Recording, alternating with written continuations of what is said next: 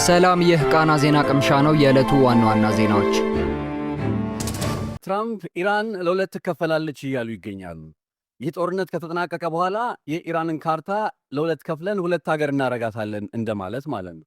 ይሳካላቸዋል አይሳካላቸውም ሌላ ጥያቄ ነው። እሱም ብቻ ሳይሆን ደግሞ ዶናልድ ትራምፕ ይህን ጉዳይ ማሰብ የጀመሩት ምንን ታሳቢ በማድረግ ነው የሚለው ጉዳይም እንዲሁ ጥያቄ ሆኖ በመነሳት ላይ ይገኛል። በእርግጥ ትራምፕ እንደሚሉት አሁን ኢራንን እውነት ለሁለት መክፈል የሚቻልበት አይነት ሁኔታ አለው የሚለው ጥያቄም እየተነሳ ነው።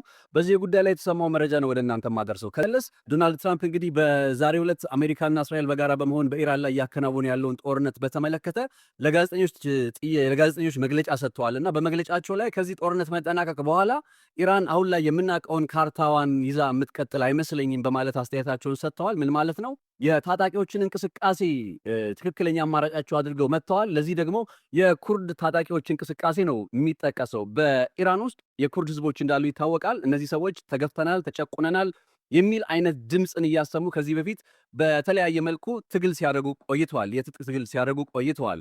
እንደሚታወቀው ግን እነዚህ የኩርድ ህዝቦች ኢራን ውስጥ ብቻ አይደለም ያሉት። ቱርክ ውስጥ አሉ፣ ሶሪያ ውስጥ አሉ፣ ኢራቅ ውስጥ አሉ እና አጠቃላይ ወደ 30 ሚሊዮን የሚጠጋ ቁጥር እንዳላቸውም ይገመታል።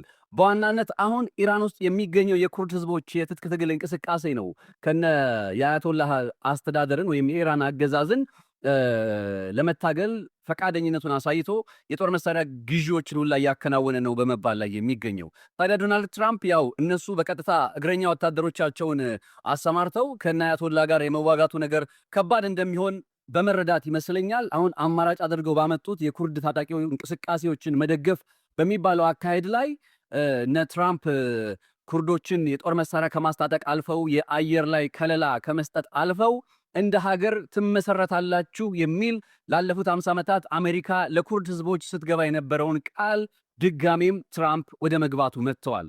አሁን ጥያቄው ባለፉት 50 ዓመታት የኩርድ ህዝቦች አገር ትሆናላችሁ እየተባሉ በተደጋጋሚ በአሜሪካ ሲከዱ ቆይተዋል። የአሜሪካን ጦርነት እየተዋጉ ሀገር ያደርጉናል ብለው ጥያቄውን ሲያቀርቡ በይደር ጥያቄያቸው እየተቀመጠ ዛሬ ላይ ደርሷል።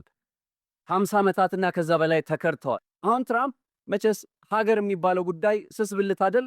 ይህንኑ ስስብልታቸውን እየደባበሱ የኩርድ ህዝቦች ከኢራን አገዛዝ ጋር እንዲዋጉላቸው ሀገር ትሆናላችሁ የሚል ተስፋ ሰጥተው ይህ ጦርነት ከተጠናቀቀ በኋላ ኢራን እንግዲህ ለሁለት ትከፈላለች የሚል አይነት ሐሳብን ያዘለ አስተያየታቸውን ሰጥተዋል። ይሳካላቸዋል ወይስ አይሳካላቸውም የሚለው ጉዳይ አሁንም በጥያቄ ውስጥ የሚነሳ አሁን ላይ እንዲህ ብሎ መናገር አይቻልም። እኔ ኢራን ውስጥ ካለው እንቅስቃሴ አንጻር ኢራንን ለሁለት መክፈል የሚቻልበት አይነት ሁኔታ አለ ብዬ አላምንም። ከባድ ነው። በጣም ብዙ ዋጋ ያስከፍላል፣ ብዙ መስዋዕትነትን ያስከፍላል፣ ብዙ እልቂትን ያስከትላልና ከዚህ አንጻር ነገሩ በቀላሉ የሚሆንላቸው አይመስለኝም።